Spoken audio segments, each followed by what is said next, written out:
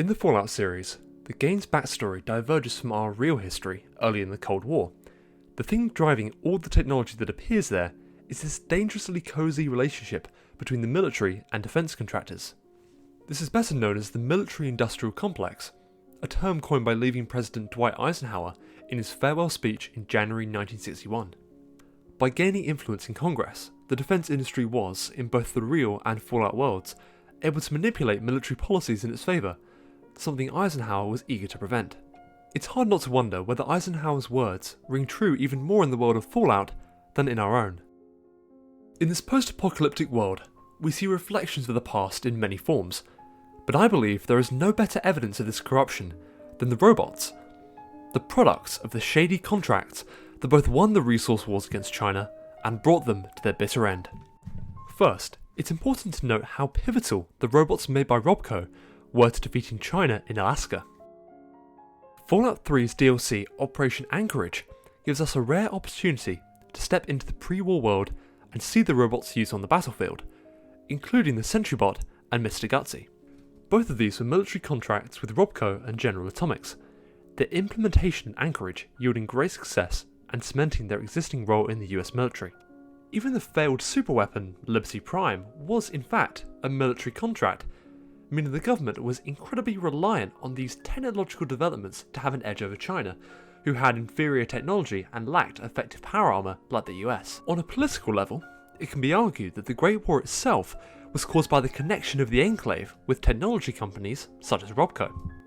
The Enclave was a shadow government group made up of the most extreme anti-communists and supporters of the war, who affected congressional policies to provoke a nuclear attack.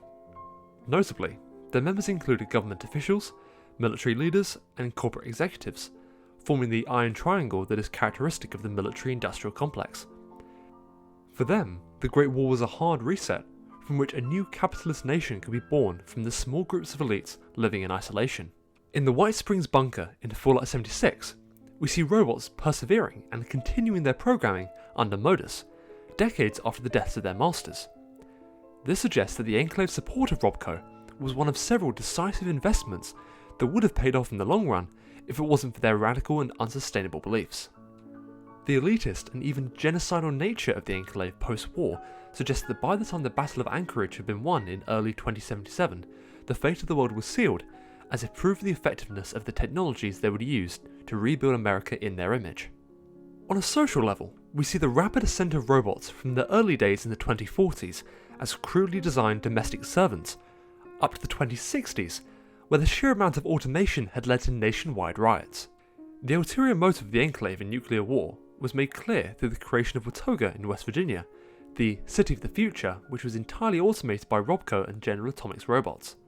A symptom of the greater issues, the future Watoga envisioned was devastating for the working class and only beneficial for the elites, a society that could only function with a reduced population.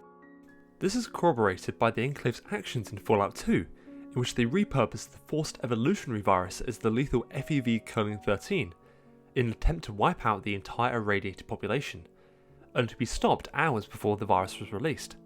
It is likely, therefore, that Watoga was just one of many templates for the new world envisioned by the Enclave. Or perhaps it was just an unfortunate symptom of the increasingly toxic use of technology and nothing more.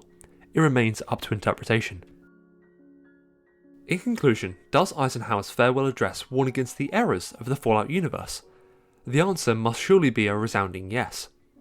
The military-industrial complex he specifically warned against can be seen not only in the Enclave, but in the Great War itself, evident through their destructive use of technology. Eisenhower's speech discussed a number of topics, but at its core was a warning against ignorance and corruption. A warning that, evidently, those in the Fallout universe didn't listen to, with disastrous consequences.